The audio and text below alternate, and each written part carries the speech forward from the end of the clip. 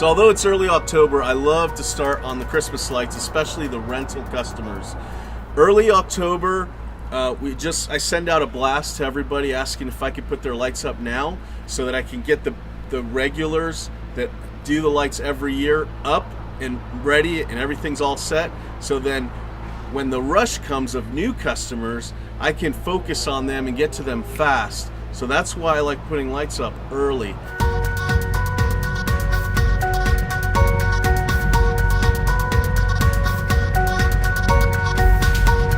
I have a light bulb that's not working, so instead of putting it in my pocket, I just throw it down. Usually when you get up to the peaks, you'll start seeing wasp nests. I usually just take them down, like pull them and just drop them. If they're really active, I may get a stick or I may just leave it alone, but most of them this time of the year, pretty inactive. I am sweating like crazy, as you can see. But I have to have a long sleeve shirt because there are some times where I'm on a roof and I have to lay down on the shingles. And a lot of those shingles have like fiberglass in them, threads. And if you don't have a long sleeve shirt, it'll feel like your whole arm is full of like fiberglass. And you can't really see it. You can only feel it. So I just, even though I'm burning up hot right now, I wear long sleeve shirts for protection. I'm gonna put my cougar paws on now. They're totally meant to walk on the roof. Now I bought these pads last year and they still seem to be working great. I probably should get some new ones, but as long as I feel safe, I'm gonna keep using them until I don't, then I'll replace the bottoms as they come off. I'd highly recommend these if you're gonna be walking on a roof. They're meant to walk on the roof. That's what they made them for. On this ladder, I don't like scratching the top of my roof on my truck, so I put these knee pads right there.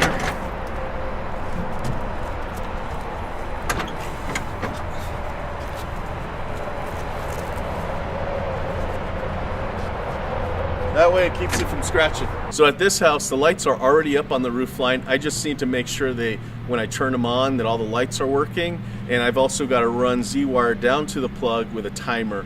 And then after that, this job is done. I just checked and I found that there are 3 bulbs that are out. And of course, there's 2 right next to each other that are actually at the hardest part of the roof line, because that's a harder section than the peak. Because on the peak, I could get up with a small ladder and walk all the way up there. But on the corner of that peak, I can't walk on the roof. It's too close to the edge. So I'm gonna have to use the tall ladder. So that's what makes it difficult, but it's not the end of the world. And then the other one I could just hopefully reach up. So.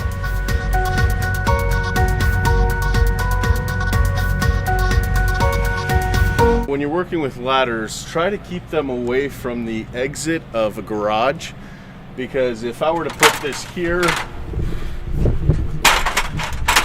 if I go on the roof, maybe the home owners are going to leave and they can actually hit your ladder.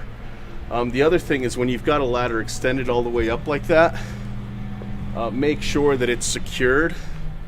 This one's not really secured, but it's in a spot that I know is not going anywhere. But when the ladder's up all the way, the wind could knock it down, so you got to be mindful of that. The problem with the lights that are already up and we're going back is the ones that are out, like that one, you can kind of tell and you can tighten it up.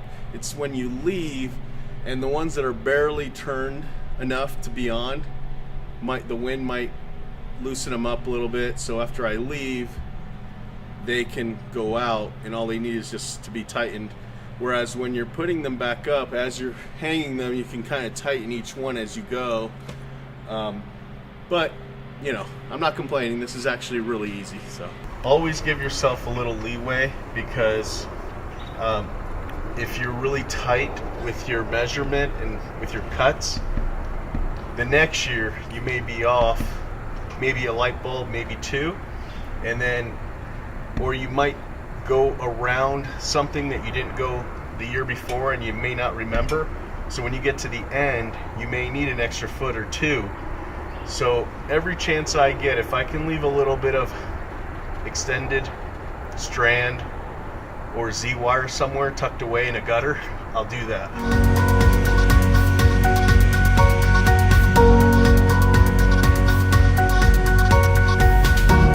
Let me go over why I use this vest so much.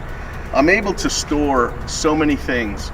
Sometimes if I'm going to do a repair, I know to take some cutting tools, tape, Z-wire. Basically, I can fill up these pockets. There's tons of pockets, and I never fill them up completely for every job. I basically customize it when I get to the job. I put what I need in there, and sometimes I'm not sure what I'll need, so I'll throw in a few extra things. But you can fit so much in this vest, including Z-wire, and I put my staple in here. And it's really cool because when you put your staple in this pocket, it like you don't have to worry about it getting caught on anything, and you can be on the roofs. It's also got pockets here, and they're separated, so I could put female sockets, male sockets, end caps, even light bulbs. Like I said, I put my pliers here.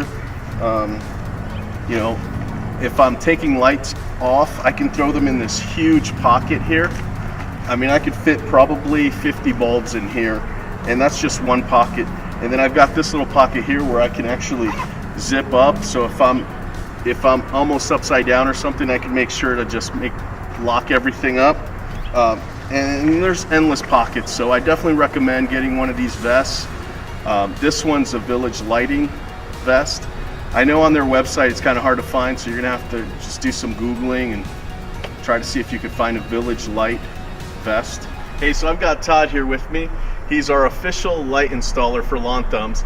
I actually met Todd at CrossFit Gym, and we got to know each other, and I was asking him, hey man, so he comes from Vegas every year, and I thought, hey, while you're here, would you help me out do Christmas lights? And sure enough, it worked out, and he's been great. He helps me do Christmas lights. It's really amazing. Yeah, I love it. It's great teamwork, and we get it done. So absolutely.